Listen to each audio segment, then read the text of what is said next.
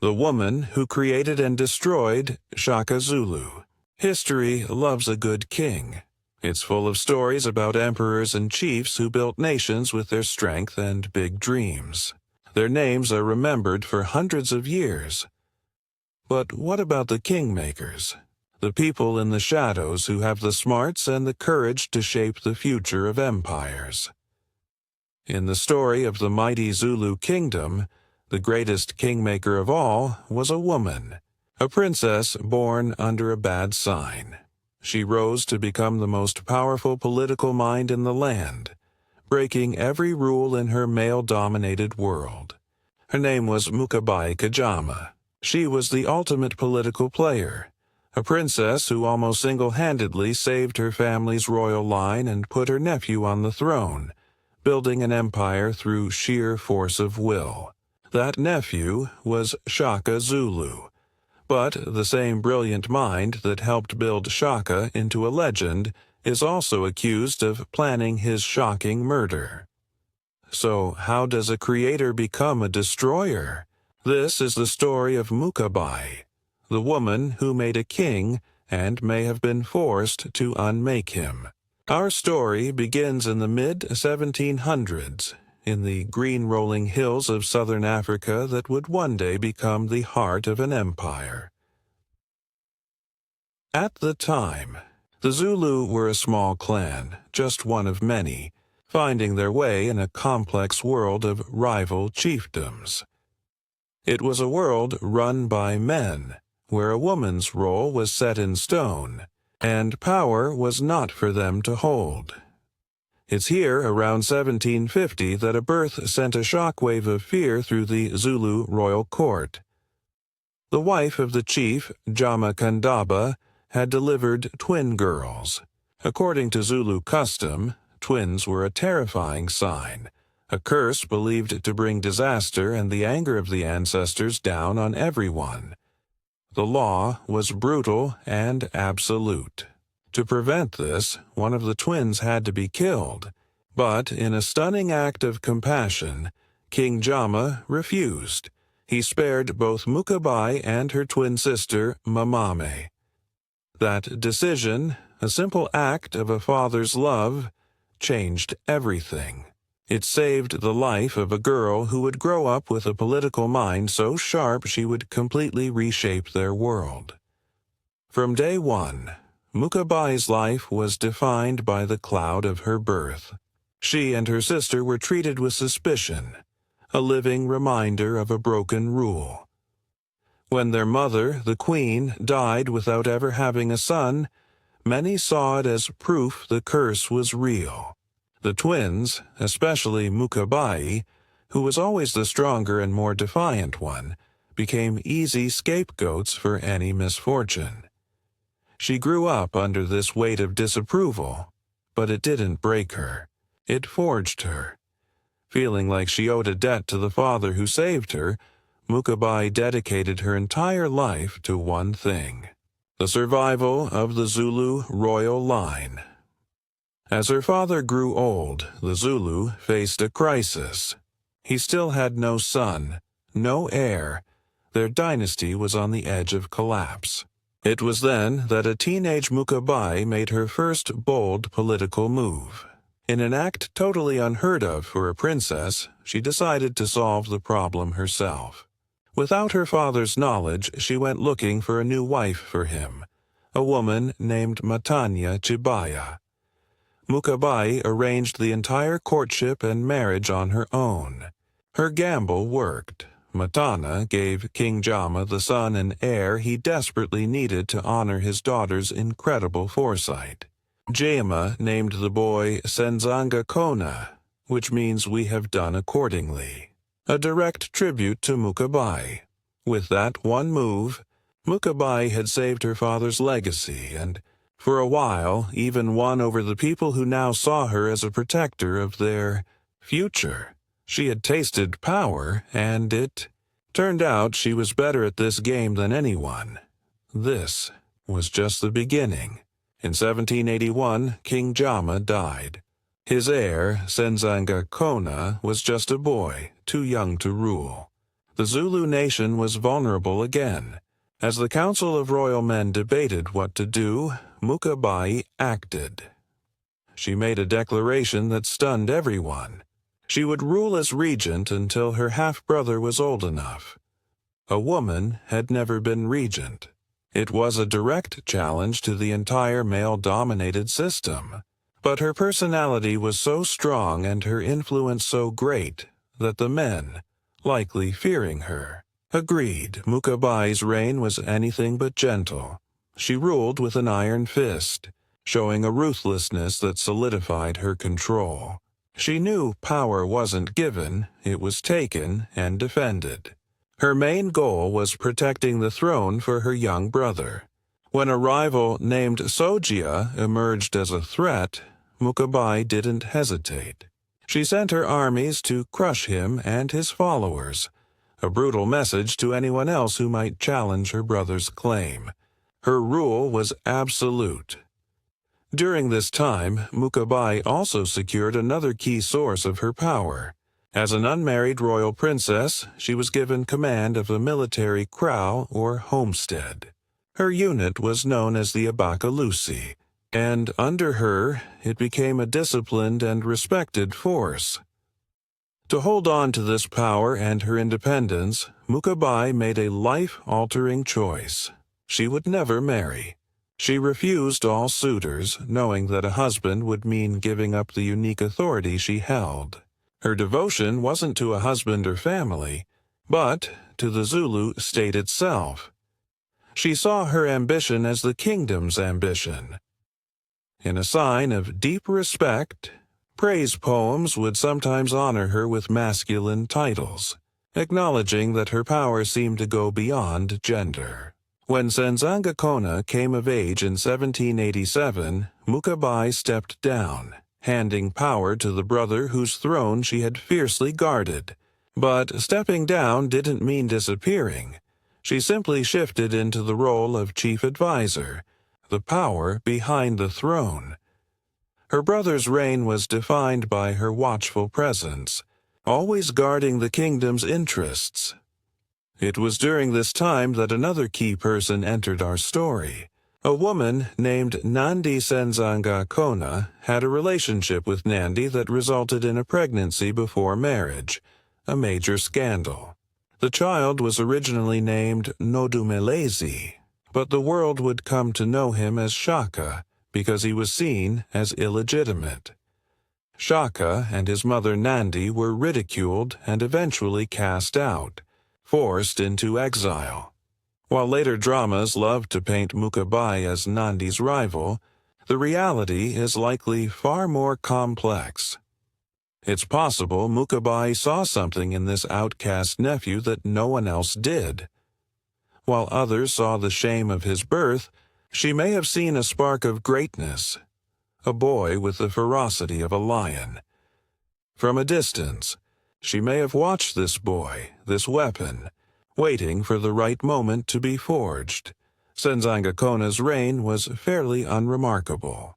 When he died in 1816, the question of who was next threw the Zulu Kingdom into chaos once again. The official heir was his son, Sigujana. By all tradition, the throne was his. But Mkabayi, the unsentimental kingmaker, saw weakness. She believed Sigujana didn't have the backbone needed to lead the Zulu to the great destiny she imagined for them. Her eyes turned instead to her exiled nephew, Shaka.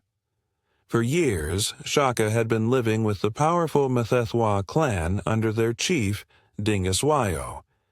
He hadn't just survived there. He had thrived. He'd become a brilliant and innovative military commander, famous for his genius and his ferocity. Mkabayi had kept an eye on his rise. She saw in him what she was looking for. The ambition, the military mind, and the ruthlessness needed to unite the clans into a true kingdom. So Mkabayi made her second great king-making move. She decided to ignore tradition and back the illegitimate son over the rightful heir. She sent word to Shaka, encouraging him to make a play for the throne, and began gathering political support for him back home. When news that the fearsome warrior Shaka was coming, backed by Mkabayi, reached Sigujana, the would-be king's reign was over before it began. Sigujana was quickly killed, and the path was cleared. Shaka Kasenzangakona returned not as an outcast, but as the undisputed king of the Zulu, and he owed his crown to the political maneuvering of his aunt. With Shaka on the throne, the Zulu Kingdom exploded onto the scene, and Mkabayi was his most trusted advisor. She was the political anchor to his military storm. While Shaka was on the battlefield creating an empire, with his revolutionary tactics, Mkabayi was at home managing the state. She remained the head of her own powerful Abacalusi military homestead, which was vital to Shaka's campaigns. She effectively acted as his chief political strategist, controlling access to the king and shaping his decisions. Her influence was so well known that a common saying reportedly arose, "Banani ku Mkabayi," which means "go and consult Mkabayi." It was an admission that her word was often the final one. Together, they were unstoppable. Shaka, the military genius, expanded the borders. Mkabayi, the political mastermind, consolidated his power and kept the rapidly growing empire from collapsing in on itself. For years, this partnership worked in perfect brutal harmony, and the Zulu grew from a small clan into the most dominant power in southern Africa. But absolute power can be a dangerous thing. The balance that defined their relationship began to crack, and it all started with the death of Shaka's mother, Nandi. In 1827, Shaka had always worshipped his mother. She was his rock during the hard years of exile, and his rise to power was his gift to her. Her death sent him into a spiral of grief that quickly became a terrifying madness. His rule turned tyrannical. He declared a national mourning period of unimaginable cruelty. He ordered that no crops be planted for a year. Milk, the staple of the Zulu diet, was forbidden. He decreed that any woman who got pregnant would be executed along with her husband. He had cows killed so that their calves would know how it felt to lose a mother. Some accounts claim he had over 7,000 people executed at Nandi's funeral simply for not looking sad enough. From her place at the center of the kingdom, Mkabayi watched in horror. The man she had put on the throne, the weapon she had forged, was now destroying his own people. These weren't the actions of a strong leader. They were the paranoid delusions of a tyrant who threatened to tear the Zulu nation apart. The kingdom she had spent her life building was now facing its greatest threat, not from an outside enemy, but from its own king. Mkabayi was above all a pragmatist. Her loyalty was never just to a person, not even to Shaka. It was to the Zulu Kingdom. She had built Shaka up to serve the nation. Now he was a threat to its very existence. For Mkabayi, the choice, however agonizing, was becoming clear. To save the kingdom, she might have to destroy the king she had created. The story of Mkabayi and Shaka is a powerful reminder of how complex and ruthless the pursuit of power can be. If you're finding this dive into the intricate history of the Zulu Kingdom fascinating, please take a moment to hit the like button and subscribe. Your support helps us to bring more of these incredible and often overlooked stories from African history to light. Now, let's return to the conspiracy brewing in the heart of the Zulu Empire. Deciding to move against Shaka must have been the most difficult calculation of Mkabayi's life. This wasn't like removing a rival or a weak heir. This was her nephew, the man she had guided and helped make into a legend. She was the architect of his power, and now she was contemplating its total demolition. It was a betrayal of blood, but in her mind, it may have been the only way to stop the state from collapsing under Shaka's tyranny.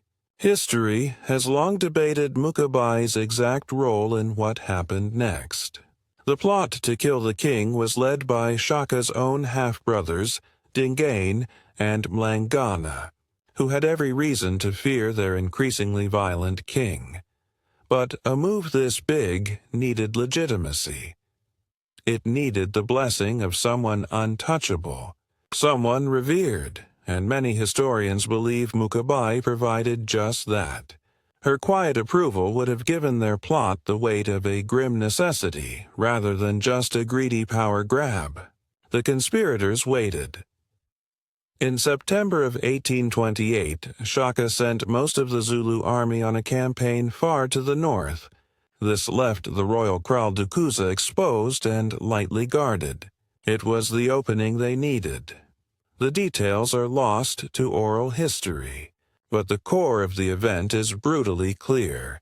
Dingain and Mlangana, likely with an inside man, approached the king. He was reportedly sitting on a rock near his cattle kraal when they attacked. They stabbed him with their assegais, the short spears that Shaka himself had made the iconic weapon of his army. In a moment of dark irony, the master of the assegai was killed by his own creation.